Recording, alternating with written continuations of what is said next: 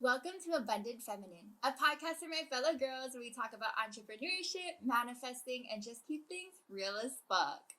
I am joined with the beautiful, amazing Katie Daly today, and I feel so lucky to be talking to you. It's gonna be so fun. It's been years. I'm so excited to catch up with you. Yeah, we were just saying that the last time that we hung out was like we had a little breakfast date, but yeah, it's been way too long. We need to Catch up more. Yes. Do this more.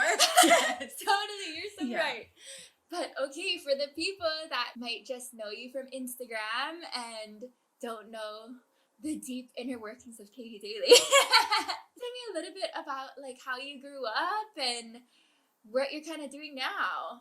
So I grew up in Mililani, and I feel like my whole childhood I tried to be this like perfect little child and do sports and student government, extracurricular activities, and I was never really authentic with myself. So I kind of had this, my life was set up for me, and I thought I was going to go to college, I'm going to become a nurse, I'm going to get married, I'm going to have kids. This is like how life is going to be. And that's totally not what happened at all, as you know. Like I just did my own thing, and it took me a while to get to where I'm at now, like happy and finally doing what I want to do, which is personal training. Cool, yeah. That's interesting. Did you want to be a nurse, or was that just kind of like what you thought you were supposed to do? A little bit of both. Like I didn't really think it through, so I thought I knew I wanted to help people. Like I wanted to be a pediatric nurse. Then when I got to college and tried to get into nursing, I realized I had no aptitude for nursing, for microbiology, for like any of it. And then I hate blood, so I don't know why. I don't know why I thought that was my life goal, and that's all I had. That was my only goal. So I didn't know what to do, and that didn't work out. That's so funny that your like blood kind of freaks me out, but I think this I might don't be a know why. good Yeah. Okay, so I know that you went to Kamehameha, right? Only senior year, yeah. Okay, so after school, what were you kind of up to? So after high school, I tried to get into the nursing program. When that didn't work, that's when I started working in the nightlife. So I think I was only 18 when I got recruited into it to bartending. So I bartended at a bar, and then I started working as a door girl. And then after a while with the bartending, the money was so good where I was like, why am I even going to school? So it was like this cycle where I'm trying to go and make money to pay for school and rent, but then I don't wake up for class because I work 5 nights a week till 4 a.m. and it's just like this vicious cycle. So after that, I was doing that, but then after a while, the party life was unfulfilling, and even though the money was good, it just wasn't enough for me. Like I wasn't happy because I wasn't making any sort of positive impact like I wanted to. Yeah, I feel you. I think that feeling like you're fulfilling some kind of purpose or doing something good, especially when in your heart you wanted to be a nurse, or at least you just wanted to really help people. Yeah. And you don't help people at all when you're getting them drunk. But at first, were you having fun with it? So much fun. Because I was sheltered and I was a goody two-shoes. Like I grew up in a strict military Catholic family. So I did not go out. I did not drink. I did everything I was supposed to do. So to go and see that side of life was like, oh wow, this is kind of fun. It's different. Yeah, it's definitely exciting. I feel you. I was such a good girl. Like I didn't do anything bad. I wasn't partying in school. So yeah, I feel you. You definitely, I feel like everybody kind of almost needs to be naughty for a little bit to get it out their system. Experience, yeah, because you don't want to be like later on in life, 10, 15 years, like, okay, now's the time where I want to go out and party and like live that life that should be done. Yeah, I feel you. And okay, so I know that now you speak pretty publicly about your sobriety, and we've talked about it personally a little bit too. So I would love to hear more about how that journey kind of went, and maybe if you don't mind starting with like what life was kind of looking like before that. Yeah. And how you decided you wanted to go sober. How did that all kind of go? So luckily I never got into drugs, which I think a lot of people kind of do when you're in that scene, because it's just around you. It's everywhere. People are constantly offering it to you. But I did drink all the time because I was working at a hostess bar too while I was at the club. So people actually pay you to drink. So my alcohol tolerance was insane. And then on top of it, I got into this relationship that was really unhealthy, and we were just both kind of toxic and drinking. And then when we'd fight, we'd drink more. And at some point I felt so unhappy with my life. Like I wanted to change, and I knew it was a problem because I would go and drink by myself. It could be a random Monday night and nobody wants to go out with me. Okay, I'm going to go to a bar and drink by myself. Or I would get so drunk that I would black out at work and I would get sent home. And I work at a nightclub, so who gets sent home from work at a nightclub? You know, everybody's drinking. But it was really that bad that relationships were slipping away. I could see myself gaining a lot of weight, and I was just so unhappy that I made the decision that I need to quit drinking. And it took so long to get there. Like I really struggled. It took, I think it was like 7 months to finally stop. Yeah, I mean, I think that that's definitely really strong of you and a hard thing to stop, especially when you're in that working environment. Because if I'm not mistaken, you're still doing that while you went through this journey too. Yeah. So, dude, everyone was telling me you need to quit. I was like, no, I'm gonna do it. that is hardcore. Okay, so maybe for some people out there that might be kind of dealing with similar feelings and things, would you be open to sharing like kind of how you did it? Yeah. So I think it depends on the person. You have to be realistic with your goals, because I knew for myself I couldn't wake up and say, I'm going to quit today and never drink again. I wish I could have done that, but I knew realistically we have to set goals and have small wins. So I would start off and say, this week I'm going to try to be sober 2 days out of the week. Like that's how bad it was. And then so I would have a chart and I would have this like habit tracker where I'd write down all the good habits and replace the drinking with hiking or reading, working out, that type of stuff. So that I felt a lot better. So I'd say, okay, if I'm drunk, then I can't go and do these other things that I want to do to make myself better. So it would start off with 2 days, and then I would tick off the days that I was sober, and then, you know, it got to 3 or to 4, and then finally I was able to do a week, and I had this app on my phone, this day count app. So I'd look at the app and I would try to remind myself, okay, it's been 9 days now, we can do it.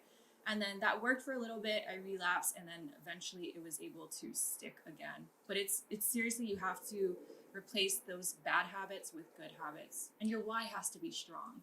Yeah. Yeah. I think that totally makes sense. I mean, if you're just planning on stopping, but there's no like alternative thing that you're kind of like looking forward to, I can see how that would be like almost impossible. Yeah. And also, I think that it's a really good idea and makes so much sense that you wanted to kind of break it up into smaller increments so that you could feel some victory, because I feel like with lots of things in life, if you're just like have this huge goal and it's so hard to attain, you're just constantly feeling so like let down and disappointed. And it's like, you need to give yourself some kind of win in order to have the motivation to kind of keep going. Yeah, build that momentum. And I feel like it's the same with anything in life, like a fitness goal or a degree or whatever you want to accomplish. Yes, that's the end goal, but how are you going to get there? Like, it's not just going to happen overnight. Totally. And so I know that fitness is a big part of your life. And I mean, it seems like you really love it and it lights you up. So was that something that you kind of started getting into as like the alternative? Yes, that was the biggest motivator. So because I gained weight and was always feeling like crap from drinking, fitness was how I could take control of myself and change my body and feel good. So that, I think that journey is what really helped me, because if I didn't have that, I don't know what I would have done. Yeah, I can imagine. And so how did that kind of start? Like, what did that look like to begin with? That was a lot of trial and error, because I didn't have a trainer and I didn't really know anybody who lifted at the gym I was lifting at. So I would go in and try to feel my way out. And I watched a lot of YouTube videos on how I found girls whose bodies were kind of like mine, because it's unrealistic to find somebody who's like totally different height, different build. So I found girls that were tall, that kind of had a physique I liked. And then I would watch what they're doing. And I would practice in the mirror to like see my form with like a clothes hanger or something, just so I could see, and then go to the gym. And I would usually go later at night, you know, when it's not as crowded, and then practice. That's so awesome. Man, you have a really strong mind to just be willing to look into it and do your research and all of this and practice and just get it to be something that you were like confident with. And I mean, obviously it paid off, because now you're doing personal training and helping other girls who might be intimidated and like, I don't know what the hell I'm doing. Yeah, so as soon as I started training, and after a while when I started to see the results and people would ask, oh, are you training? I knew that that's what I wanted to do eventually. And especially the gym I'm working at now, it's mostly like women-based classes, so it's very friendly for women, because that's a huge, problem in the gym is the male to female ratio is so bad, and then you don't want that pressure of getting hit on or people staring at you and not knowing what to do. So I wanted to be there to help guide them and to help build the programs and get them to where they want to be. Yeah, I feel like going to the gym is scary because it's like, Yeah. you're like, I don't want to look stupid. Also, like you said, there's creepy guys in the gym a lot of times. With that, do you have any like crazy gym stories of like? I have so many. And okay, like with Instagram and social media too, I feel like it's bad because, I mean, it's not bad, but they do feel more comfortable because it's Hawaii. We follow each other on Instagram. So even more so, the guys want to come up to you and talk to you. But my main problem is I feel like men at the gym don't take a hint. So they can't read body language, and they'll approach you as you're lifting or at the most inappropriate times. And I see them doing it to other women too. And you know that they're going to do it because they just blatantly stare at them. And I have so many stories like that. I feel like every time I go and work out, somebody approaches me and says something, not inappropriate, but tries to get my number, or like ask me out. And it is what it is. I mean, they're men, their ego is going, their testosterone's going, but at the same time, women want to lift in peace. Yes! We're not there to find dates. I mean, I don't think so. For sure. And I mean, it's just like you're trying to do your thing, you're trying to better yourself, and it's just annoying to have to deal with men that you don't want coming up to you and like bothering you, making you feel uncomfortable. And I can imagine it's like once they do that, even if you're like trying to send them away, now it's like awkward. It's uncomfortable. Like, so even if you're not finished with the exercises you're doing, you're kind of like, well, I'm going to go to a different area now because now I know you're watching me and you're still here. Yeah, so that's kind of perfect that you got to align to end up in a gym where it's very much female based and female empowering and stuff, so that it's just they don't have to deal with that kind of crap. Yes, and even in our gym we have like tampons and chocolates, so it's very female friendly, like hair ties, everything that females need. That's so cute. Yeah. Oh my goodness. So how did you kind of get involved there? So the owner, his name's Justin, he was actually a bouncer at one of the clubs. And then his girlfriend, Kanani, is one of my good friends. And we both were cocktail servers at District. So it's like kind of keeping it in the family almost. So he's been training for a while, but he just opened up the gym, I want to say maybe 1 or 2 months ago, because he needed his own spot. And then the community just keeps growing and growing because their prices are so cheap, and then so more people want to come. And then he also does like self-defense classes and boxing. So it really is female focused. So they go and they lift the weights, and then you can learn self-defense, which I think we all need. Yeah, absolutely. Even though it's like, I hope to never need that kind of thing. Situation, yeah. It just feels nice to know, especially for people that still might be in the nightlife. And it's like, I mean, I can imagine you must have felt kind of unsafe and scared, like leaving work at night when you were still there. I mean, are you still doing that? I am, but with COVID, we haven't been open in maybe a year. I still think that it's just so impressive that you were able to gain your sobriety and do all of that while still being submerged into that kind of like lifestyle, you know? That's awesome. But cool. Okay. So I know that through Instagram and stuff, I see you also talk about the law of attraction sometimes. So can you share with me how you came to learn about that? That was during the same time period when I was going sober. I went heavy into reading self-help and especially spiritual books because my mindset was just trash. Like I was so negative. I hated life. I hated everything. So I knew I needed to switch. And The Compound Effect was the first book I read, and that totally changed my life. And I want to say The Secret was like one of the first 5 books. And then I read so many other books after that where it was all about attracting things into your life or positive affirmations, all the things that I was not doing at all. So I think after that, I saw it work in my own life, because I know other people might think like it's kind of placebo or whatever, but it's true and it works. So I like, the more even just speaking things into existence or writing it down, like this is a goal, I feel like the universe would just give it to me. Like when I was in the right mindset. I think if you're not working on yourself and you're really negative and you're not trying to better yourself, then the universe isn't going to put those things into your path, right? Like you have to be on this journey and you have to be trying to actively be a good person.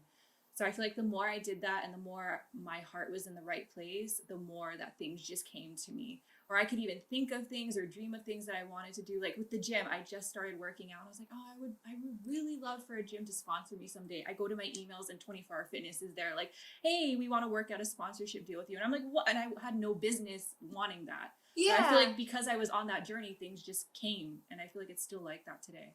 Absolutely. It totally does work like that. It's like, I know that some people just don't believe it, but I feel like there's so many things in my life that I had no idea how I could get it there. Shouldn't have came into your life almost, right? And you're like, dude, this like shit works. Like there's nothing to like. There's no science behind it. It's literally the law of attraction where it just comes into your life. Yeah. So with that first book, what do you think were like some main points that you kind of took from it? Like, did you know about that changing your mindset could do such crazy things? Or was it just like, I feel like shit and I want to feel better, so maybe I should read this? It was, so I had never read books like that before. So at first it made so much sense. Like as I'm reading, I'm like, oh, like this is, you would think this is common knowledge, but it's not so common. You don't really sit and think about, you know, your daily routine or what you say to yourself. So when I was reading, I was like, wow, I literally do the opposite of all of this. No wonder why my life is such shit. Because everything I'm doing is completely opposite of all the advice in this book. So I would, especially the books that tell you how to practice it or meditation, that's what I would do. I would take notes and highlight. Like I like to have the physical book so that I can mark it up. And it would sink in and it would work. That's so cool. Yes, and I feel you on that too. It must be so rewarding to like see all of your highlighted things, and like even to just, if you're feeling kind of low, to be able to flip through a book and see like highlighted and already you know that thing that you're about to read was something that really stuck out to you in that moment. And I also feel like the universe works in such a way that when you do that kind of thing, it'll show you the exact thing that you need. Yes. Yeah. So that's really cool.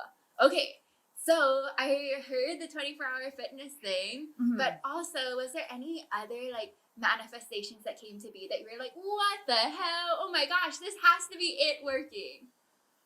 I feel like there are so many random opportunities that happened. Like Monster Energy reached out to me to be like a Monster Girl, but we only have a few events here in Hawaii. Or just really small things where I was like, oh, I would love to do this or that. And then a photographer would approach me and say, hey, I want to do this project with you. I was like, I was just looking at pictures of this and saying how I want to do this.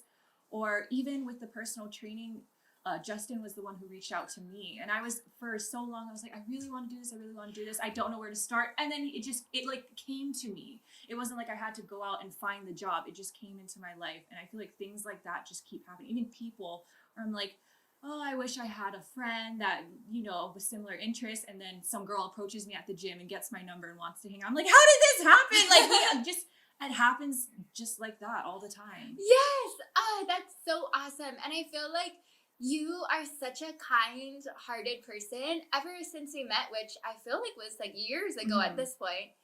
Also, funny story about that I want to mention in a second. But I feel like you are truly good and genuine, and you have such a good heart. Thank you. Especially when you're like working on these things to kind of better yourself and make yourself feel better. It's just like I can see how all of these things are just kind of like flowing towards you, and I feel like you totally deserve it. It's just cool to see. Thank you. I feel like on the other hand too, though, when I know I'm not really working on myself, or I know like if I've been kind of like a shitty person recently and I'm not trying, or maybe I've been talking shit, you know, like I feel like the universe cuts me off. Like I feel like it happens like that. Like it's not going to just be, if you're not trying to be a blessing to other people, then you're not going to be blessed in return. Yeah. It really is manifesting, right? Good or bad. Yes. Yeah. So true. That's such a good kind of point. It's like we do. It's not just like, okay, I've like manifested like, this and here's now your I'm just blessings. gonna, Yeah.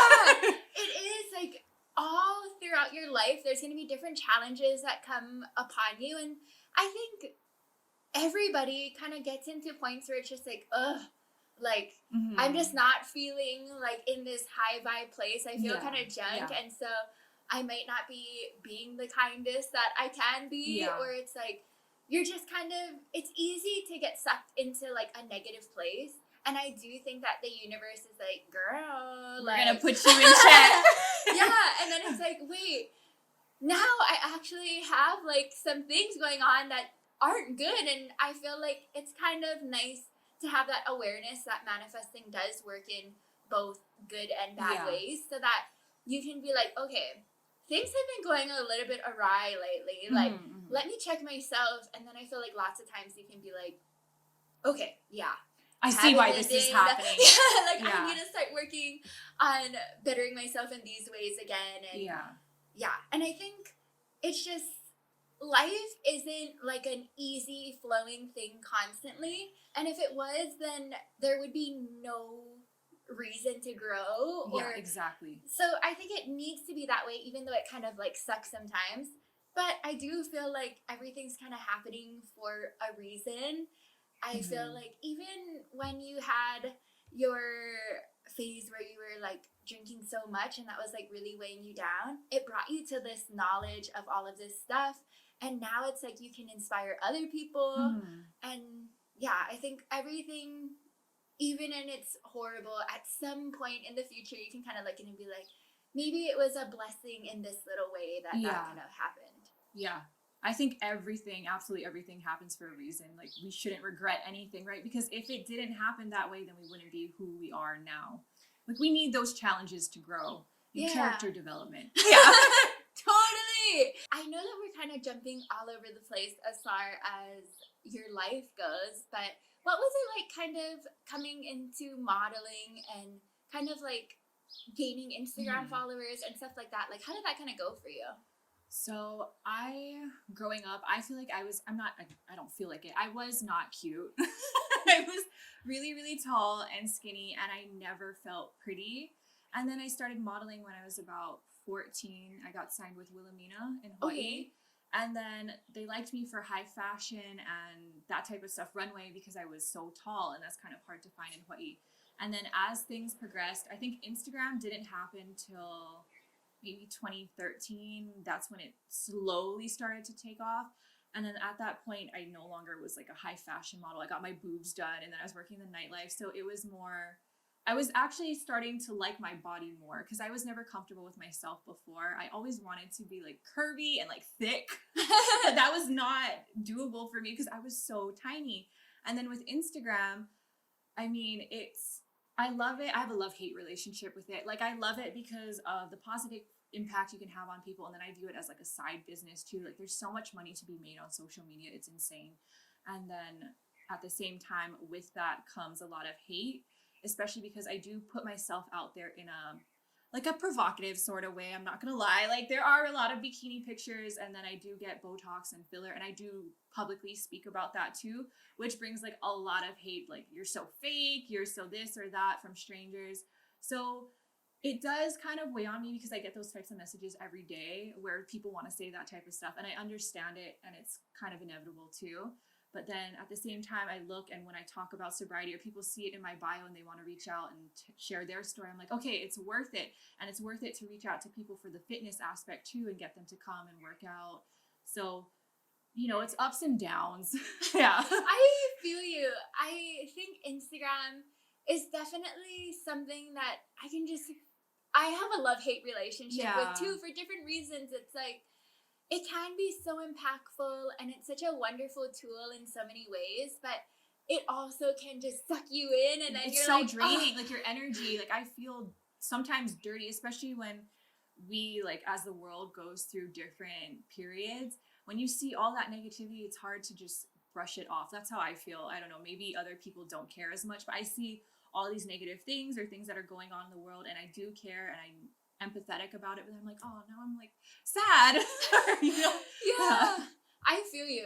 You know, you actually really were a blessing to me through Instagram. So I think I might have told you this story, but okay, so we kind of got in contact to work together, and I think it might have been one of our very first shoots together. And on that day, you had a shoot with Derek. Yes. Yes. Shout out to Derek. I doubt he's gonna watch this, but he is. Okay, hi. Miss you, man.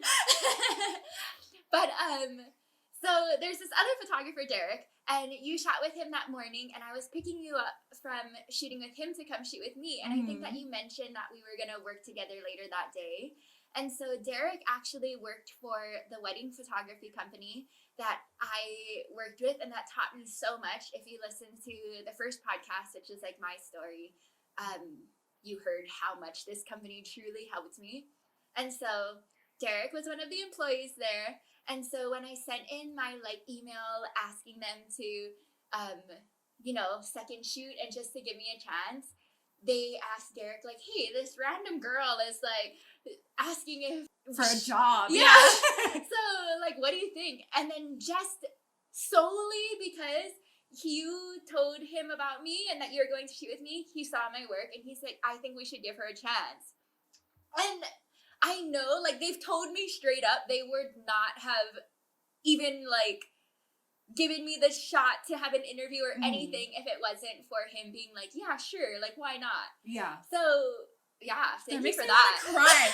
See, that's seriously like the law of attraction and just like how the universe worked, that it brought us all together like that. Yes. And in general, like, you were the perfect model for some of the shoots that I had at that time. I had some stuff for companies that were a little bit more fitness oriented, and you're just the perfect model for it. And such a light in my life. You're always so kind and sweet, and I love working with people like that. It's like, you can be the most beautiful model with the most followers. And personally, as a photographer, I will not recommend you if you're not a nice person. Yeah.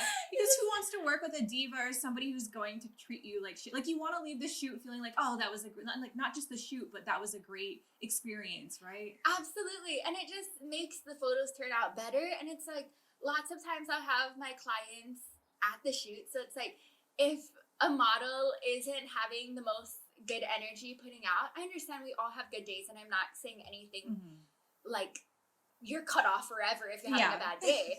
But it's like, if you're just not a kind person, I'm not going to suscept my like clients to that and all of that. So I think it pays off to be kind and good and true like you are. Thank you. Yes. And what about modeling? How do you feel about that? Do you enjoy it? I do. I think it gives a lot of body dysmorphia too at the same time. Because back when I was like 40 pounds lighter, I thought I was too fat to model. And even like the agents, I would tell them, oh, I want to go to New York and I want to do high fashion there. And they were already telling me like, you weigh too much or you're getting too old. I'm like, I'm literally 20 years old. What do you mean I'm too old? Oh my goodness. Yeah. Yeah, I know. It can be kind of like a gnarly industry. It's like one of those things, love, hate, I feel like. Yeah. Where there can be good sides and bad sides. But I know you also said that you kind of weren't super secure in your body and finding like love for yourself came later. So how did that kind of come about? That, I still struggle with that too. I think it's more from like a lifting perspective. So I feel like I am happy. Like, now I'm finally happy, but it took me a while to look in the mirror and say, okay, I love my body. Because sometimes I would look at it and say, okay, I'm way too skinny. I don't like the way I look. And then other days I'd say, oh my God, I have no ass. Like, what's going on here?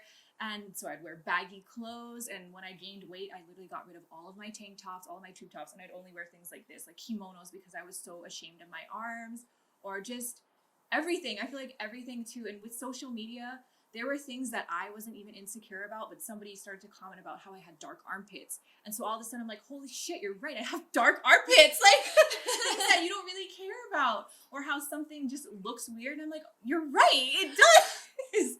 So now I kind of just brush it off. And no matter what weight I am, I feel like I found my happiness internally, which took a while, because for like a little bit, the gym was a little unhealthy, where it was an obsession, and I wanted to have my abs showing, and I wanted to be lean, and I wanted to look a certain way. Whereas now I'm like, okay, we're going to be healthy.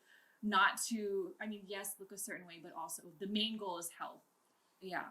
That's awesome that you could come to that point. And I feel you. I definitely had like body dysmorphia, and I feel like now I'm definitely much better. But especially when I was in middle school, this is like not something I've ever really talked about publicly. But I totally had like this phase because I was a chunky kid growing up. And so, and I would hear comments about it all the time, like even from family members telling me that like, you're so fat, you look pregnant, and all of these things that were like so hurtful. And so I feel like at first I would take it as like, like what I could control was like, fuck you, I'm just gonna eat more then. And then when I got to middle school, I was kind of insecure about it, and I wanted boys to like me and stuff like that. So I went in the total opposite route and would just not eat. And I had a girlfriend at the time who, she was always tiny, but she had a similar thing with family members that would like talk to her about her weight and stuff and just say mean things and negative comments and stuff. And so it was really bad. And I know that other girls have dealt with this and feel it too. But we would totally like even go off of each other, and we would like just starve ourselves. Like we'd eat like half of a yogurt and like an almond and be like, I'm so full. Like, bitch, what? Like, bitch, you're I'm gonna dying. You're literally starving. Yeah. And it's just so unhealthy and not good. And it's just like, for what? Yeah. You know? So I'm just really grateful that I was able to kind of realize that that wasn't sustainable. And before something bad happens, you faint at school. Yeah. I mean, for sure, like, people can die from that because you're literally like not giving your body the nutrients and everything. But it's like, it was bad. I would like weigh myself and it'd be like, you gained 2 pounds, and I'd be like crying. Like it was like it's the end of the world. It was terrible. But anyway, I don't know how to like end that point. I just think that it's good that you can like focus on health more than anything. Because there is if you want to lose weight, there is a healthy way to go about it, right? You don't have to starve yourself. That's so true. And I think a lot of it does come from just finding that confidence within yourself that like, who cares what weight I am? Like, I'm awesome, and my weight doesn't even matter. Like, what matters way your more than mental that. health too. Absolutely. And just being a good person and being kind and stuff. So but speaking of health, I know that you're vegetarian or vegan. Vegetarian. Okay, so when did that start, and how did you? That was the same time period. It was all like 2017 is when all of this happened. So when I was into fitness, that's when I was kind of like, I don't know, I'm kind of a hippie. So after a while eating meat, and it would just make me sick, or the smell of it, or going to those places where you cook your own meat, I was like, I can't do this. Like, this is a cow. Or I'd be walking through the grocery aisle, I'm like looking at it like, I don't want to cook these. Like, I don't know, maybe it was from the books that I was kind of dabbling into more of I wasn't trying to become vegan. Like, that wasn't the goal, but I think as I elevated spiritually, I was more and more making the connection, like being empathetic towards people, but also towards animals, where I was like, I just look at it and I see the animal hanging up, you know? So at first I told myself I was going to, same thing, small goals. So for a month I cut out beef and pork to see if I could do that. That was super easy for me. And then the following month I cut out everything else, like the chicken, turkey, and fish. And I didn't know that it was going to last this long. Like, I wanted it to last, but I think my why for that was like, no, if I can find a diet where I can get protein and still make gains in the gym, then why do I need to eat animals? And then because I saw that I could do that, and I was actually improving, and I felt better, and I felt like lighter and healthier, I was like, okay, this is totally doable. And then it just stuck ever since. That's awesome. I think that putting the face of the animal is definitely like, I can see how that could help you, especially it's so morbid to think about, but it's like that is where it comes from. It's almost like when it's almost like you're just blocking it out We're the truth desensitized, because even when I ate meat, I was like, I don't ever want to eat duck or deer, or I thought it was weird that people would eat alligators or whatever other animals' horses. But then after a while, I was like, wait, it's not just because we're programmed to think that like a dog and a cow are different doesn't mean that it has to be. Yeah. So that was like the connection I made. Totally. And so how did you learn how to eat vegetarian and still like get your proteins and stuff? So that took a while too, because for a little bit I did feel a little lethargic, and I realized like, okay, I'm not getting enough iron, and I need to be taking special supplements, like not just regular vitamins, but ones that are geared towards people who might be missing out on some of those vitamins. Mm-hmm. And then I had to just go through and find out, okay, what's really high in protein and where can I get my fiber from and all these things. Because I think a lot of people struggle with when they try to do that, they think they have to eat salad all the time. But there are foods that have protein, like tofu, I think is one of my staples, and then like beans and lentils, oatmeal. So I found ways to make food so that it's filling. Because for a little bit I was like, I'm starving all the time. And like TMI, but I have to shit all the time because I eat so much fiber and so many vegetables. So I was like, this is not okay. I feel you. It makes sense too. Yeah. And it is kind of like what you think. It's like, if you're not exploring it, it is hard to like just know what to do. It sounds boring. Yeah. I feel like that is something that kind of comes with spirituality. Like you start kind of getting like these hints to want to go more in that direction. Recently I feel like I've been getting a lot of guidance that's like telling me to eat more plant-based. So I've been trying to, and it's just like, growing up, I never really had a huge, like strong relationship with any animals really. I had some pets, but I think it was always like, you know, when you're a kid and you beg your parents for a pet and you're like, I'm going to take care of it, but you totally don't take care of it. So that was me. And so I do think that taking care of something really like makes you like more attached to it. Yeah. But anyways, later in life when I was like about 18 or something, my dad's girlfriend brought her dog over and they ended up living with us. And so that was my first real connection to an animal that was like, wow, like animals are so like, they really love you and they have emotions, right? They feel things. Yeah. Absolutely. And then later on I got my little bird that we were talking about a little bit. Blue, she's like a little parakeet, which is like, people literally buy this to like feed to their snakes and stuff in the mainland. Like it's like a nothing psychotic. And I just like loved her so much, and she was such a tiny like thing that it was like, okay, if she has this much personality and like love in her, like this cow and this pig must have like so emotion much. Yeah, like a soul. I think animals have souls. I really do. I feel like it too. Yeah, I definitely, my little birdie passed away, and I feel like she's like in heaven. And I feel like I'm like, you're gonna see her again someday. Yes. But yeah, so I think that's awesome, and I think that it's so good.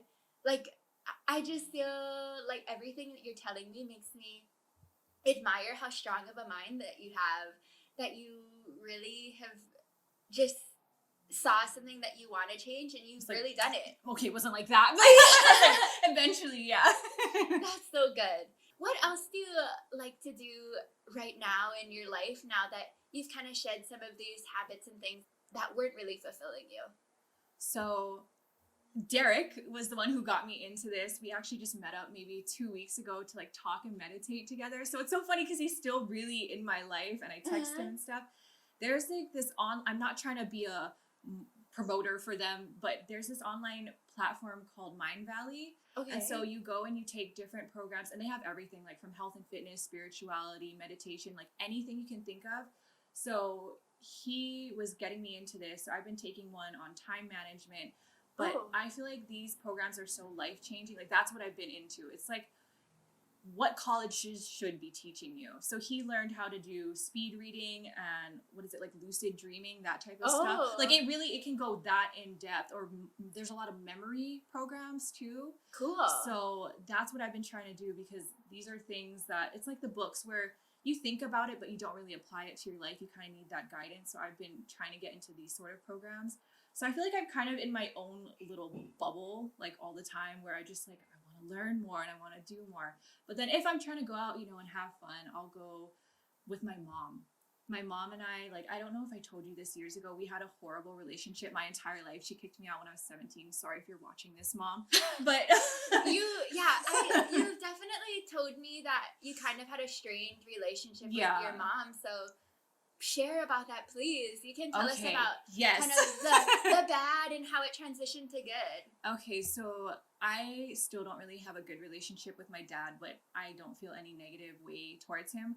But my mom and I think we were actually so similar, and I was her firstborn, and she was a single mother, that it was kind of hard for her to let go of control because her mother was controlling, and, you know, just the generational trauma and stuff passes down.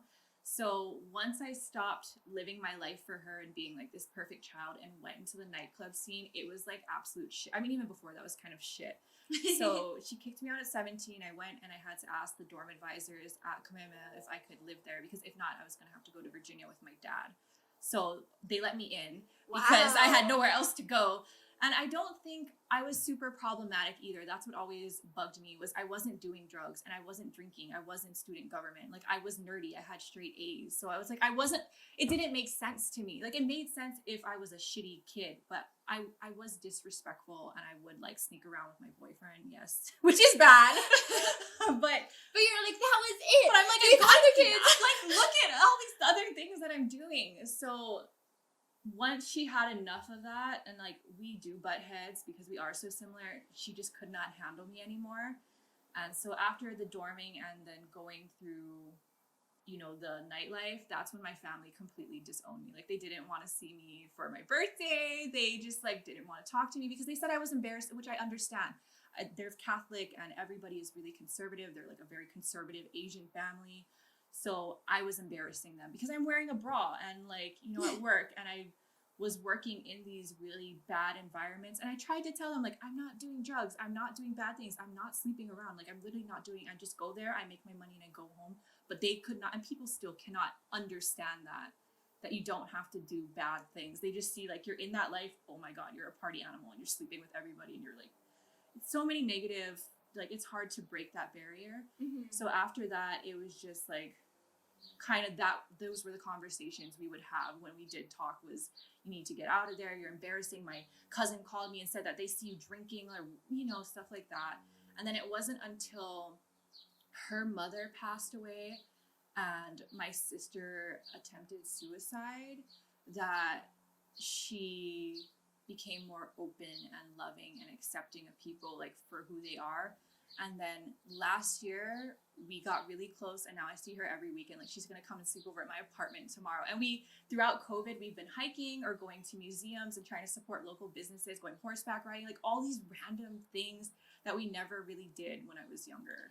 Oh my goodness. I like feel emotional hearing that. That's so awesome. I am so sorry to hear about both of those instances, but I can see how that would just kind of be a reality check of like losing, or the even judgment, the thought of right? losing people that are so important to you. Yeah. To be like, okay, hold on, I need to hang on to what I do have. Yeah. And like, life is too short to be upset over these little things. Like, as long as people are happy and healthy and not hurting anyone, love them. Yes, absolutely. That's so awesome. And I think huge growth in her life, and speaks to how no matter if you're older or if you're young, there's always space to grow and be love. different. Yeah. So when she kind of opened up to just seeing you in a more loving light and not being so kind of stuck in her previous way of thinking, how did that kind of go, and what were your thoughts through this? So I've been going to therapy for 2 years, and I thought I had daddy issues because my parents got divorced when I was 5, and my dad like would always say he's gonna come see me, whatever. And then I realized I didn't have daddy issues, it was mommy issues. Because I mean, the dad thing, yeah, whatever, he wasn't present, but it was like with my mom, and then that manifested into like panic attacks and anxiety and stuff, and then I realized it all stemmed from childhood. So when I finally, like when we broke that barrier and we started to talk more, and she would apologize, like kept apologizing for how she raised me and said she just tried to do her best and all these things, like it just got better and better to where we were able to communicate, and we were able to find things that we wanted to do together. And like with the books, I would recommend books to her. She texts me and says, you need to listen to this audiobook, it's life-changing. So we're both now into self-help books, into just trying to experience different things, because my anxiety was so bad. I wanted to get out and do more, so she was a perfect person to do it with. So it's so much fun now to be able to look forward to having her sleep over. Like, whereas before, ever since I was 17, I never had a room at her house or things at her house because we just didn't get along. And now, like, I have drawers there. And I'm like, oh my God, like, almost, oh my gosh, I'm so old. Almost, 9 years later, I'm like, I finally have stuff at my mom's house again. And, like, I go and hang out with her. Whereas before, this never happened. That is so fucking awesome. Yeah. That is so cool. It's like, I know that you're putting a lot of effort in and putting work into yourself, but I feel like you're truly like gaining this wonderful life where it's like fulfilling in all of these different directions and family and these things that you felt like you were missing. It's like coming to you and opening up. And I know you said that you and your mom are like into all of these different self-help books, but so does she kind of practice and believe in the law of attraction too? So no, unfortunately, that's different ways. Like, she likes like the compound effect because it's more practical. Okay. But anything that's kind of like, I want to say more spiritual, like, I don't want to say woke, that's such a bad word, but like anything that's more on that sort of realm, she thinks it's like placebo almost. So I'm trying to get her. We're working on it. Like, it's true, it's real, but it's hard. It's hard, I think, when you're super religious, because she's really Catholic. So for her and for like a lot of older people, I think it's hard for them to accept other ways of thinking too, like crystals or saging and things like that. It's kind of like almost demonic to them, which it's not at all, but it's harder for them to grasp that because they didn't grow up learning that type of stuff. I feel you totally. Okay, I haven't read this book, The Compound Effect, that you're talking about, but now you're making me intrigued. Please read it. Yes. So you said that it's more in like a practical light. So what is it like? Do you mind giving a little like synopsis? So it basically teaches you that the habits that you do compound either for good or for bad. And that sounds like, obviously, yes, but you really don't think about how the things you do on a daily basis really do affect your long-term goals. So they were the ones that they had like this, I think they call it like a rhythm sheet, but I just call it like my habit tracker. So they're the ones that say you write down the habits that you want to achieve that week, then what your goal, like your realistic goal, you're not going to do it 7 days a week, like eat healthy or work out.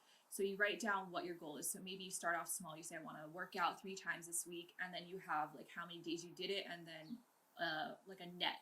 So you can see how many you completed. And then you just keep doing things like that. And it helps you to put those habits into place and really explains to you why it's so important to have routine or to make sure that you're doing the things that you need to do on a daily basis to get to where you want to go. Cool. That totally makes sense. And it seems like, I feel like the universe totally sent you that book, especially in that beginning time. It was like the perfect first book you could possibly get. I was like, how do I go sober? How do I do these things that I want to do? Because it's easy to say you want to do the things, but how do you do it and get to that point where it becomes that habit? Yeah. So out of curiosity, in that beginning phase, how did you find that book?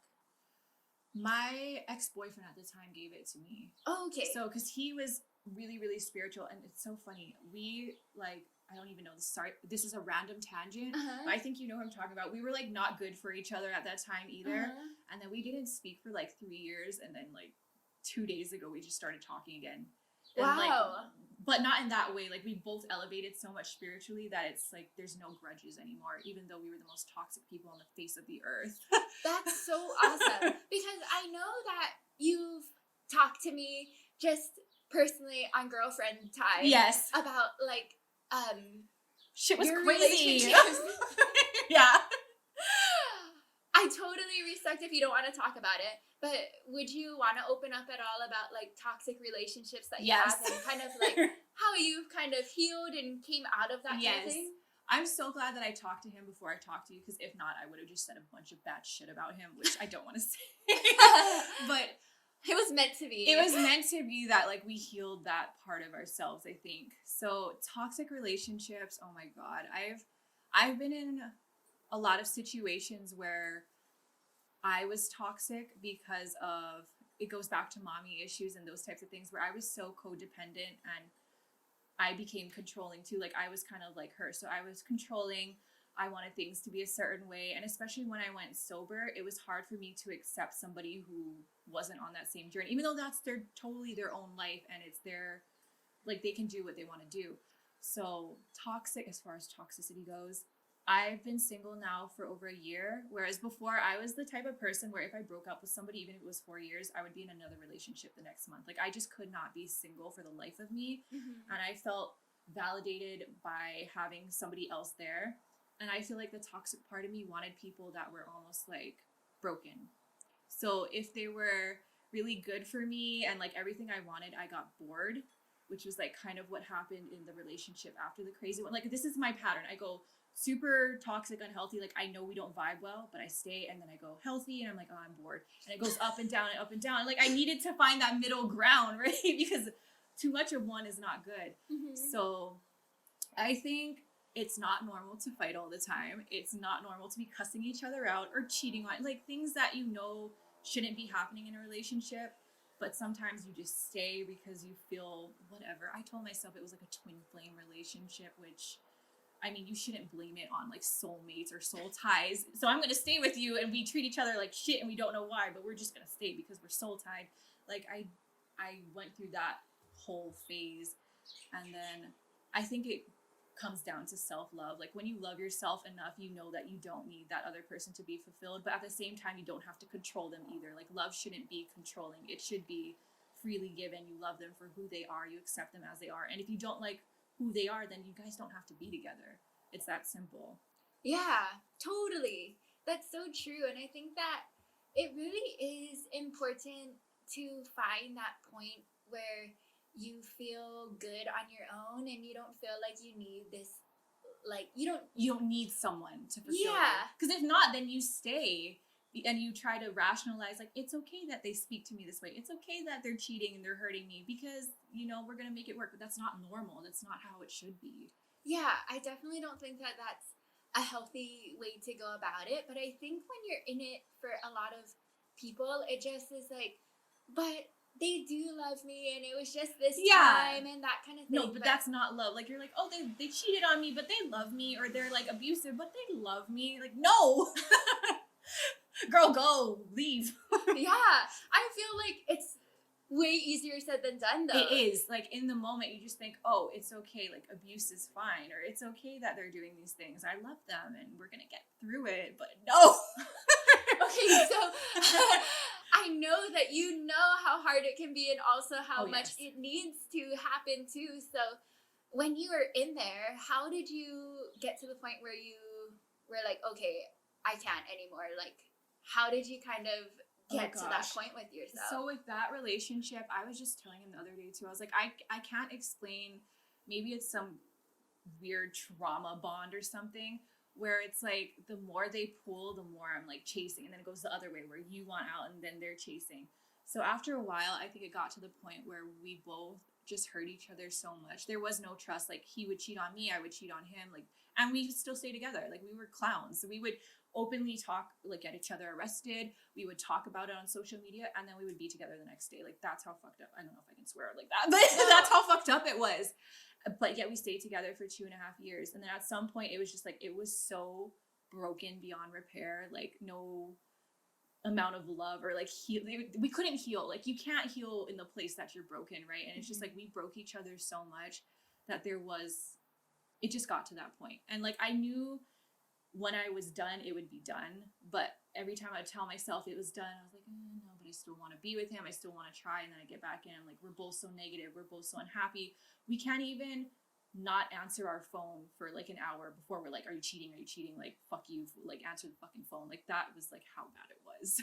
So it took years to get over that mindset because I had no trust after that for anyone or anything. Because I was like, everybody's cheating. Men are fucking trash. Like, so I think getting out of that and going into my next relationship, which was super duper duper healthy, I was like, oh my God, this is like how a relationship's supposed to be. Like in the year and a half we were together, that guy, I think we fought maybe 3 times. And it wasn't even like, he didn't even swear at me or raise his voice or anything. I was like, wow, this is too normal.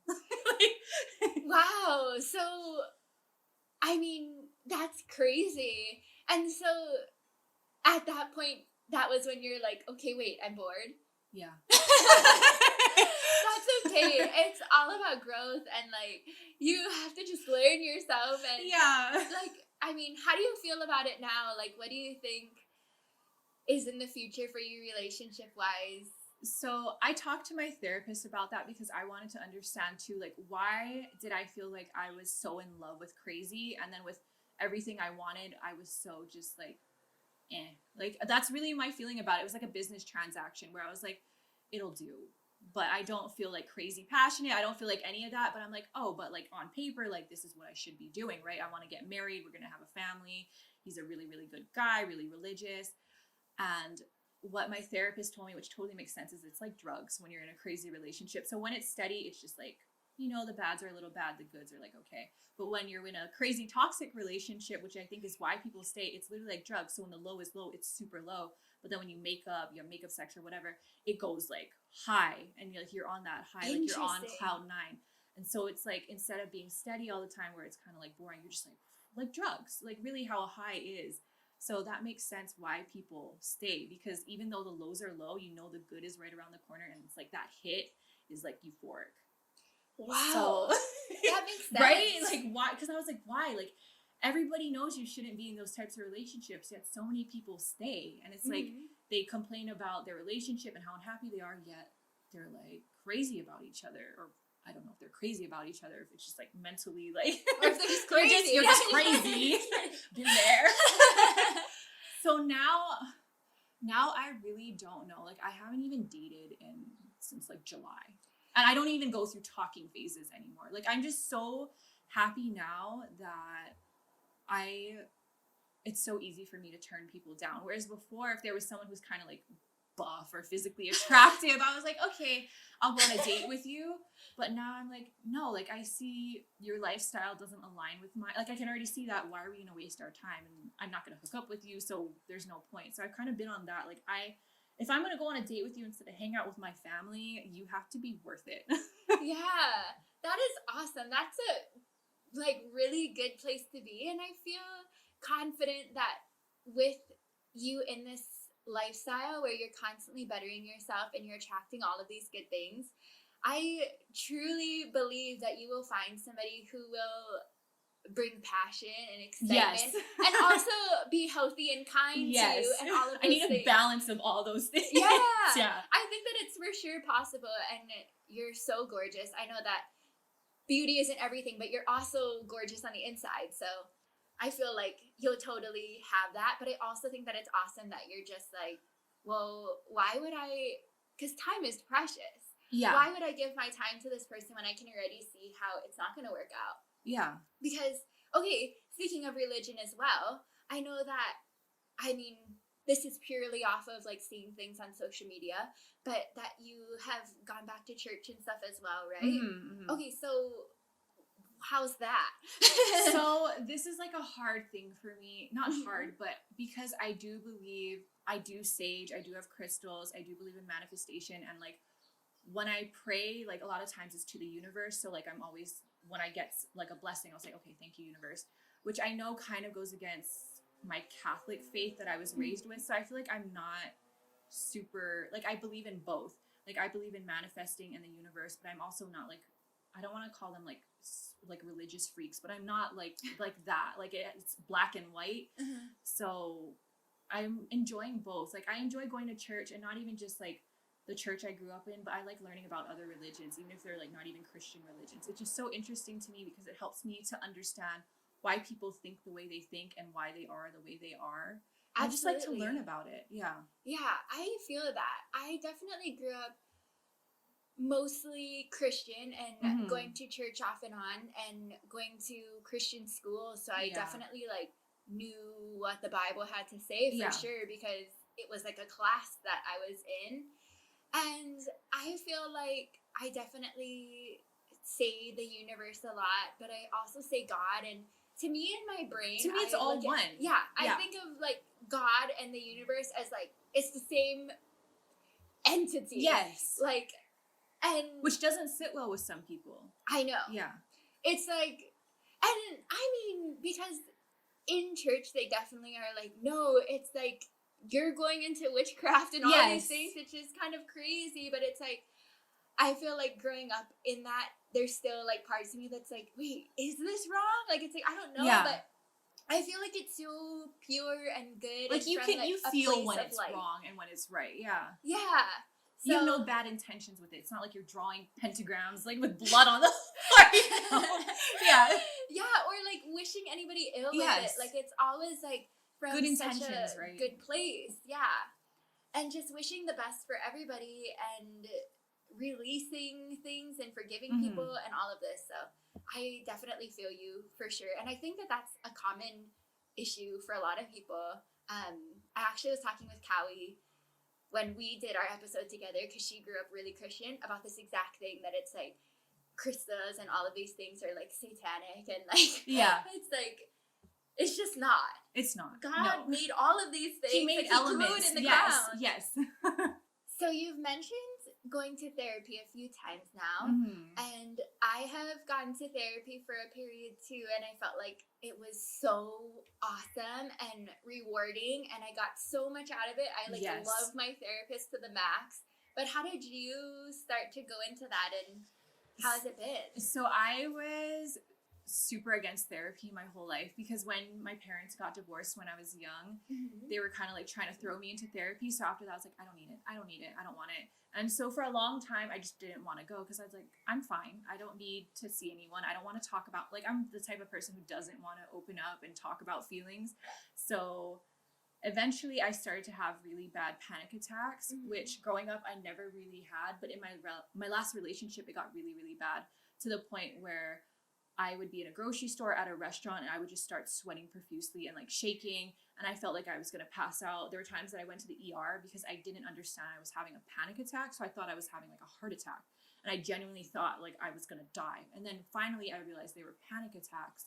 How did you realize that? Because it took so a while, because at first I've always had a really quick metabolism, and my mom was diabetic when she was pregnant, so I thought maybe I'm anemic or something, and when my blood sugar gets low, that's when I feel like I'm gonna faint, because it feels like faint and shaky. And then there are times when I was completely full and I just ate, and I was like, no, it's not possible that I have low blood sugar right now. I'm just, sweating and feel like I'm gonna faint out of nowhere. And so that started to happen everywhere, like at work, just out in public. Or I learned through therapy that I'm like agoraphobic, so it's like a fear of no escape. Because I thought I had social anxiety after a while, but it didn't make sense, because I work in my panties at a club and I have no problem like going and talking to people. So I just thought, oh, I must be socially anxious or something. And then when I went to therapy, my therapist diagnosed me as like, no, like we had to go through the why it felt that way, and it goes back to mommy issues and all this trauma. So now it's like so much easier to identify it. Whereas in the beginning, I had no idea what was going on. Like, I really was like, why do I always feel like I'm going to die? And I didn't know what triggered it. Like, that was a huge issue, was finding the triggers and then learning to deal with it and sit through it instead of running. Because my first thing would be to run and to try it, like, because it's fight or flight. So I would always run from it. So it's a lot better now. Like, I still get them quite often, but I can sit through it. So you feel like at this point now, you just know how to handle it better? A lot better, because of therapy, because I had this really deep-seated fear that I was going to faint during a panic attack, because like I start to hyperventilate and then I get all sweaty, and I just really thought I was going to faint. And he made it really clear to me, like, if you're not a fainter, if you've never, I've never fainted in my life, he's like, you're not going to faint from a panic attack. I was like, oh, that's really good to know, because I always run, because like, oh, I'm going to faint, I need to go home so I can like faint in my home. I just like logically it doesn't make sense, but in my head I'm like, I have to go home in case I faint.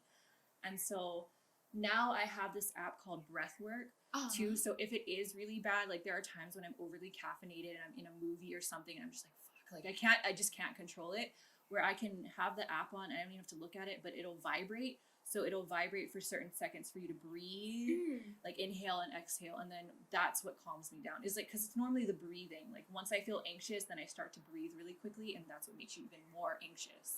Yeah. And kind of lightheaded and adding to all of those things because you're just like, yeah. That's cool. What's the app called for anybody that might like be Breathwork? And I have the free version because I know they have other apps like Calm. Like I think meditation is really good too, because sitting still is what kind of helps you. Because if you can't control your mind, you're never going to be able to control your mind like on the spot if you're having anxiety or panic or even just negative emotions in general. Wow. Like so true, but never thought about it. Yeah. That totally makes sense. Okay, so meditating is also something that you kind of picked up to help? Yes, and so I like guided meditations too, and I started off with like affirmations, like just breathing on, like setting a timer and saying things like I am strong. And this is what I started doing too when I went sober, like I'm happy, I'm strong, I'm confident, all these things. And then it might sound silly if you've never done affirmations before, but I feel like the more you do it and the more you reflect on those words and meditate on them, the more you're going to believe it. Like your subconscious is going to believe whatever you tell it. So if you tell it negative things about yourself, like you're weak and you can't do this, then you're not going to do it. So true. Isn't that crazy how that works? Yeah. It's like... it all starts in your mind. Yeah. Yeah. So now you'll do guided meditations and that can just help you kind of like get your thoughts aligned into like a positive way, and you feel like that helps with the panic attacks too? I do. And then at night I can't sleep without music, so I listen to like, have you heard of like the solfeggio scale or like certain hertz and stuff? A little bit, like sound healing. Yeah, it's kind of like crystals or anything else where certain sound waves are supposed to help us with different things. So I'll listen, depending on what it is, maybe I need like physical healing, so I'll go and look up ones that are for physical healing and I'll listen to that while I'm sleeping. Or maybe if I, like when I'm going through a breakup, I'll listen to something that's for like your heart chakra and then that'll play in the background. And I feel like it works. Like I feel rested and like I'm on the right path. So I think that helps too. Absolutely. I know that a lot of people that aren't into this kind of stuff are like, it's just a placebo. And I can't lie and say that I've never been like when I first got into crystals, I definitely was like, are they just a placebo? And are like people just banking off of these? It's like, is me just thinking it's thinking it's working is what's working? Like that my mind is just making it work? And at this point, I do believe that they actually do have properties because I feel like I just can't deny some of the things that have happened with it. But at the same time, I'm like, even if it is a placebo, who freaking cares? I'll take whatever I can. Yeah, we need help. Yeah. I know that my mind and your mind and everybody's mind is so freaking strong and it can control things that, like, I've literally had moments where, this is a little bit off tangent, but just to speak to how strong the mind is, like, and I know people who aren't into this stuff are gonna be like, okay, bitch. But I've had days where I'm supposed to shoot and it's like calling for storming or raining, or like literally a flash flood warning comes like 5 minutes before we're about to shoot and I'm like, we have to shoot today. It's gonna be beautiful. It's okay. Like just ignore the logical. Yeah. And it would be like, we get to the location and it's the clouds literally part and it's like sunny and perfect. And I'm like, what the fuck? But I'll take it. Yeah. So even if it is just that you feel good listening to this sound healing and you're like, no, it is working, it will. It will. So it's like, who freaking cares? Like exactly take what's the logic going on. out. Yeah, take the science out. Just trust that it's doing it for you and it will. So that's really cool. But out of curiosity, since you started doing therapy and learning all of these techniques to kind of help with the panic attacks, do you feel like you have them less? I do. And I've learned too where it's like, my therapist explained this to me too, where it's kind of like a phone call. So maybe you're still going to get the call, but it's your choice whether or not you're going to pick up and answer or not, and like give your energy to that. Because it's just like negative emotions too. Like they float past us like as a cloud and we can choose if we're going to grab onto it, if we're just going to let it pass. So like with the panic attacks now, it's like usually caffeine induced now, whereas before it was just any situation that was uncomfortable it would happen, or any situation where I felt like I had no out, like traffic or just sitting in a restaurant waiting for food for whatever reason makes me anxious. Now it's like I can feel the little bit of anxiety come up, and then I can just suppress it and just like, okay, you know, you're not going to die, it's going to be uncomfortable for a few minutes, but your body can't sustain anxiety, so it'll go away. And you're like, and I'm not a fainter, so it's yeah, fine. That is the main thing, because I really genuinely thought I was going to faint, because it just felt like it. I don't blame you, because it sounds like it's what you're feeling is leading to fainting. And because like what I told myself was like, oh my God, I'm going to faint. So even more so, I'm like, I got to go before I faint. But even logically too, if you were ever to faint, you would want to faint around people, not in your home alone, because who's going to help you? True. Yeah.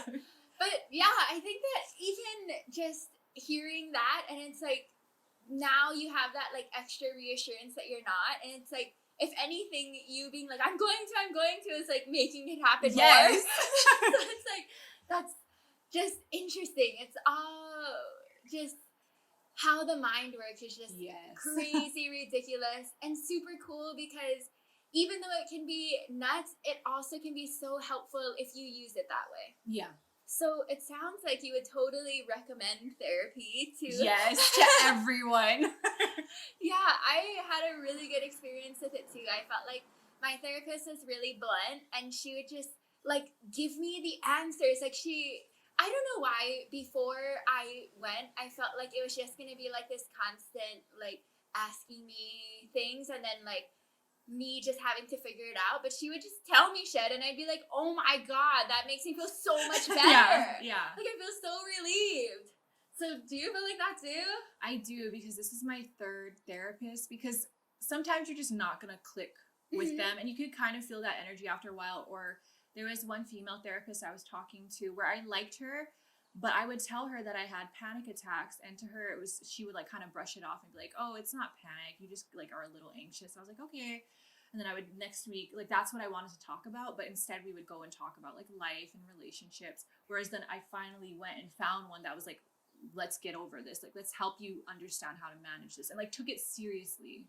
I love that point, because I think that could even be discouraging for people if they're like, okay, I'm having this issue that I'm dealing with, I'm going to find a therapist, and then it's like the first people that they go to are kind of brushing it off. Or they're just like a friend, like where they just talk to you. I'm like, well, I could have gotten this from talking to my friend. You're not really helping me with the issue that I know, like I need you to help me and guide me with this.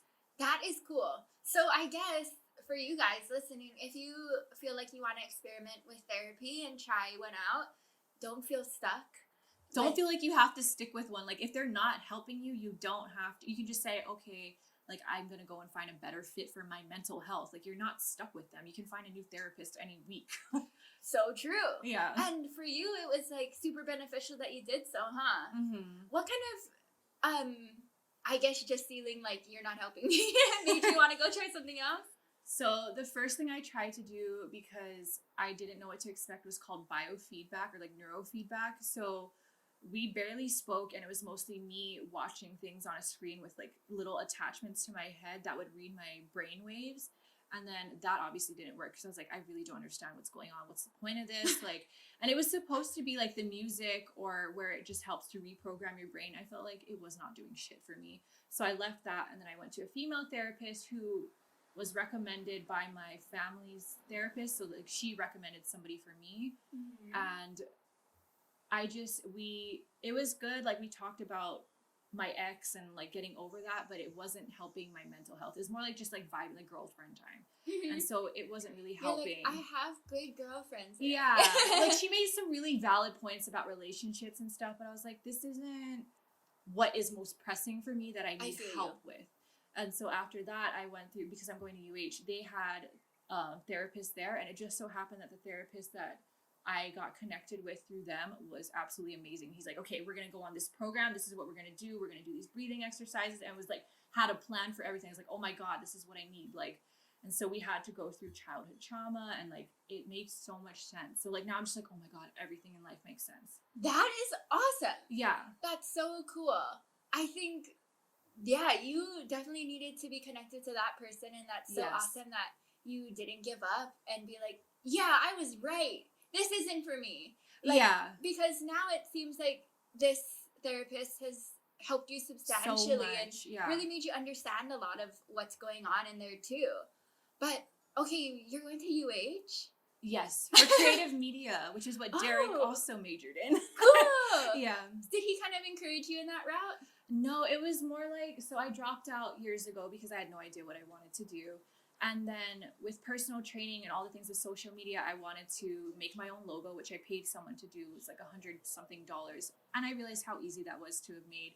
And then I bought my camera stuff, so I wanted to record myself. And I knew eventually I wanted to make an app and a website. And rather than paying people or YouTubing it, I just figured I might as well go back to school and get a degree for it. Yeah, totally. So the daily workout, is that the brand? Yeah. That's the perfect name. Is it? Okay, ridiculous. I'm still not like super positive, but I was like, I think that's good. I think it's like ridiculously perfect for you. Like you scored the prom last name and you're like using it. I'm just gonna do daily anything. Yeah, it's so good. Like when I saw it, I'm like, shut up, you're a genius. Tell me more about that.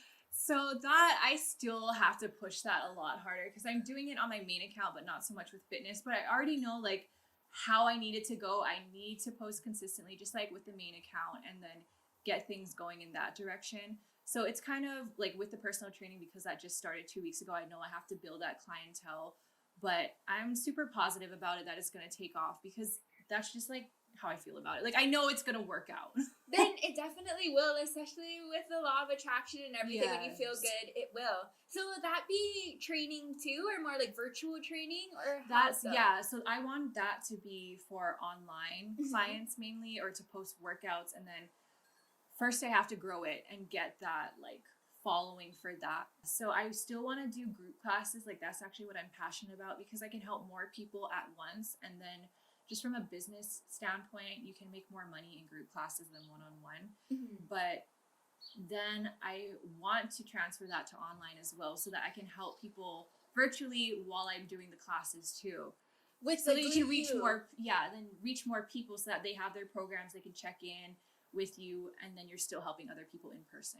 That's cool. That's so perfect. And is Justin kind of open to letting it all kind of come together like that, or are you going to go on to your own at that Justin point? is amazing. Like I pitch ideas to him. Like I want to have a photographer come and record us and the other coaches and do whatever. And he's so open to anything and so supportive. Like he wants us to succeed.